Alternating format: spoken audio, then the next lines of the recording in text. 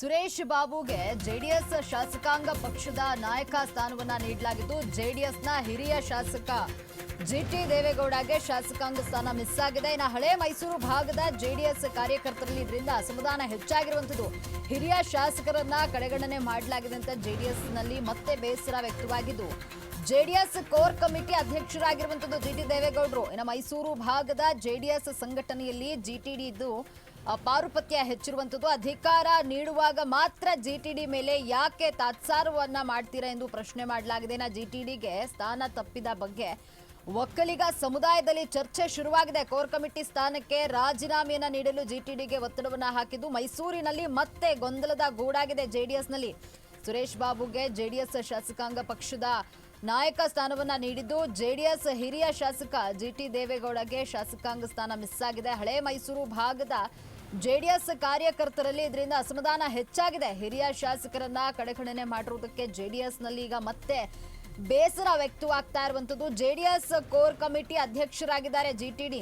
ಈ ಬಗ್ಗೆ ಹೆಚ್ಚಿನ ಮಾಹಿತಿಯನ್ನು ನೀಡಲು ನಮ್ಮ ಪ್ರತಿನಿಧಿ ಯಶಸ್ ಮಾವತೂರು ಡೆಸ್ಕ್ನ ನೇರ ಸಂಪರ್ಕದಲ್ಲಿದ್ದಾರೆ. ಯಶಸ್, ಏನು ಸುರೇಶ್ ಬಾಬುಗೆ ಜೆಡಿಎಸ್ನ ಶಾಸಕಾಂಗ ಪಕ್ಷದ ನಾಯಕ ಸ್ಥಾನ ಸಿಕ್ಕಿದ್ದು ಜೆಡಿಎಸ್ನ ಹಿರಿಯ ಶಾಸಕ ಜಿಟಿ ದೇವೇಗೌಡರಿಗೆ ಶಾಸಕಾಂಗ ಸ್ಥಾನ ಮಿಸ್ ಆಗಿದೆ. ಇದರಿಂದ ಎಲ್ಲೋ ಒಂದು ಕಡೆ ಹಳೆ ಮೈಸೂರು ಭಾಗದಲ್ಲಿ ಜೆಡಿಎಸ್ ಕಾರ್ಯಕರ್ತರಲ್ಲಿ ಅಸಮಾಧಾನ ಹೆಚ್ಚಾಗ್ತಾ ಇರುವಂತದ್ದು. ಈ ಬಗ್ಗೆ ಹೆಚ್ಚಿನ ಮಾಹಿತಿ ಏನಿದೆ? ಹೌದು ಲಕ್ಷ್ಮಿ, ಬಹಳ ಪ್ರಮುಖವಾಗಿ ಈಗಾಗಲೇ ಎನ್ಡಿಎ ಮೈತ್ರಿಕೂಟ ಕೇಂದ್ರದಲ್ಲಿ ಅಧಿಕಾರಕ್ಕೆ ಬಂದಿದೆ. ಈ ನಿಟ್ಟಿನಲ್ಲಿ ರಾಜ್ಯದಲ್ಲೂ ಕೂಡ ಒಂದು ಉತ್ತಮವಾದಂತಹ ಪ್ರತಿಕ್ರಿಯೆ ಜೆಡಿಎಸ್ ಪಕ್ಷಕ್ಕೆ ಬಂದಿರತಕ್ಕಂಥದ್ದು. ಎಂಪಿ ಚುನಾವಣೆಯಲ್ಲೂ ಕೂಡ ಜೆಡಿಎಸ್ಗೆ ಪೂರಕವಾದಂಥ ವಾತಾವರಣ ಸೃಷ್ಟಿಯಾಗಿರ್ತಕ್ಕಂಥದ್ದು.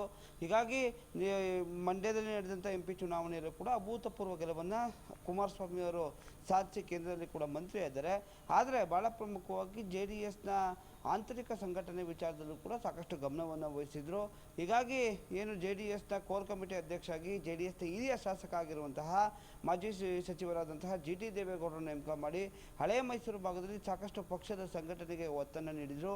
ಹೀಗಾಗಿ ಏನು ಕುಮಾರಸ್ವಾಮಿಯವರು ಕೇಂದ್ರ ಸಚಿವರಾದ ನಂತರ ಏನು ಜೆಡಿಎಸ್ನ ಶಾಸಕಾಂಗ ಪಕ್ಷದ ಸ್ಥಾನವನ್ನು ಜಿಟಿ ದೇವೇಗೌಡರಿಗೆ ಕೊಡ್ತಾರೆ ಎನ್ನುವಂತಹ ಒಂದು ರೀತಿಯಾದಂತಹ ನಿರೀಕ್ಷೆ ಜೆಡಿಎಸ್ನಲ್ಲಿದ್ದಂತಹ ಎಲ್ಲ ಶಾಸಕರು ಹಾಗೂ ಏನು ಸಾಕಷ್ಟು ಜೆಡಿಎಸ್ನ ಹಿರಿಯ ಮುಖಂಡರುಗಳಿತ್ತು ಹಾಗೂ ಕಾರ್ಯಕರ್ತರಲ್ಲೂ ಕೂಡ ಜೆಡಿಎಸ್ನ ಹಿರಿಯ ಶಾಸಕರು ಹಾಗೂ ಏನು ಹಿರಿತನ ಇದೆ. ಹೀಗಾಗಿ ಜೆಡಿಎಸ್ನ ಮುನ್ನಡೆಸ್ಕೊಂಡು ಹೋಗ್ತಾರೆ ಹಾಗೂ ಮುಖ್ಯಮಂತ್ರಿ ಸಿದ್ದರಾಮಯ್ಯನವರಿಗೆ ನೇರವಾಗಿ ತೊಡೆ ತಟ್ಟುವಂತಹ ಶಕ್ತಿ ಅಥವಾ ಮಾತನಾಡುವಂತಹ ಶಕ್ತಿ ಜಿಟಿ ದೇವೇಗೌಡರಿಗೆ ಇದೆ ಎನ್ನುವಂತಹ ಒಂದು ನಿರೀಕ್ಷೆಯನ್ನು ಕೂಡ ಇಟ್ಕೊಂಡಿದ್ರು.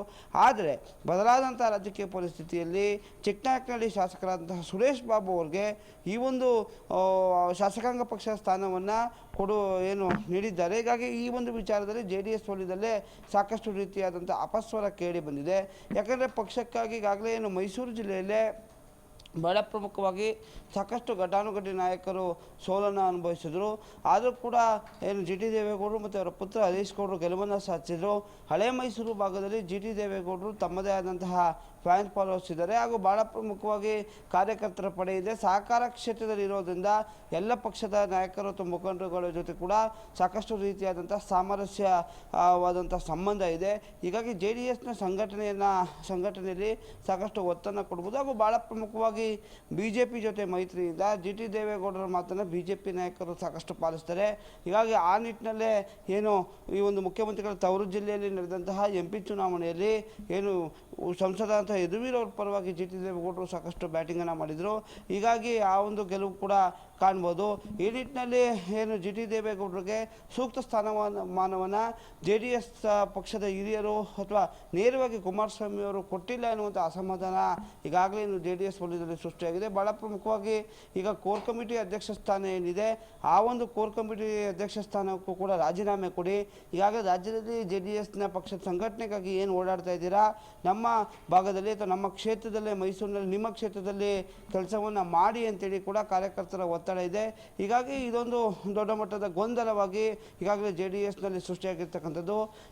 ಈ ವಿಚಾರದಲ್ಲಿ ಮಾಜಿ ಪ್ರಧಾನಿ ದೇವೇಗೌಡರು ಮಧ್ಯಪ್ರವೇಶವನ್ನು ಮಾಡ್ತಾರಾ ಅಥವಾ ಕುಮಾರಸ್ವಾಮಿ ಅವರು ಅವರ ನಿರ್ಧಾರವನ್ನು ಬದಲು ಮಾಡ್ಕೋತಾರಾ ಅಥವಾ ಮುಂದಿನ ದಿನಗಳಲ್ಲಿ ಯಾವ ನಿರ್ಧಾರವನ್ನು ತೆಗೆದುಕೊಳ್ತಾರೆ ಅಂತೇಳಿ ಕಾದು ನೋಡಬೇಕಾಗಿದೆ. ಲಕ್ಷ್ಮಿ, ಧನ್ಯವಾದ ಯಶಸ್ ನಿಮ್ಮೆಲ್ಲ ಮಾಹಿತಿಗಾಗಿ.